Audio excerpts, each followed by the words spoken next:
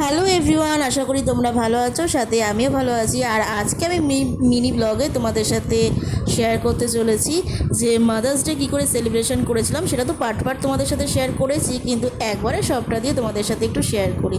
তো এই mother's day সেলিব্রেশনটা কিন্তু মাদার্স ডের আগে থেকেই স্টার্ট হয়েছিল।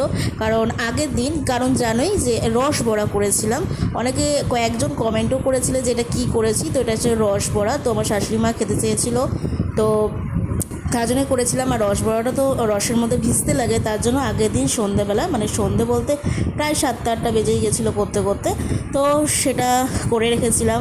আর তারপরে করেছিলাম একটু চিংড়ি মাছের মালাইকারি, আরও কিছু করেছিলাম, বাট সবটা ক্লিক আমার কাছে নেই।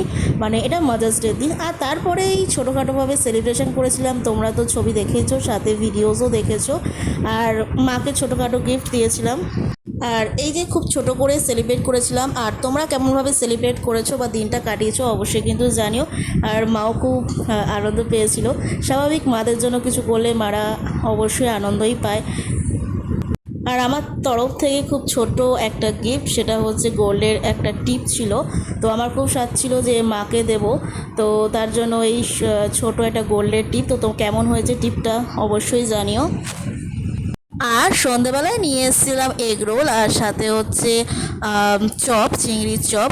আর আমার শাশুড়ি মা খুবই ভালোবাসে তেলে ভাজা কিছু খেতে, তার জন্য এগুলো স্পেশালি নিয়ে আসা। তো তোমাদের আজকে ভিডিওটা কেমন লাগলো অবশ্যই কিন্তু কমেন্টে জানাতে ভুলো না। তো আজকে মতন এখানেই শেষ করছি।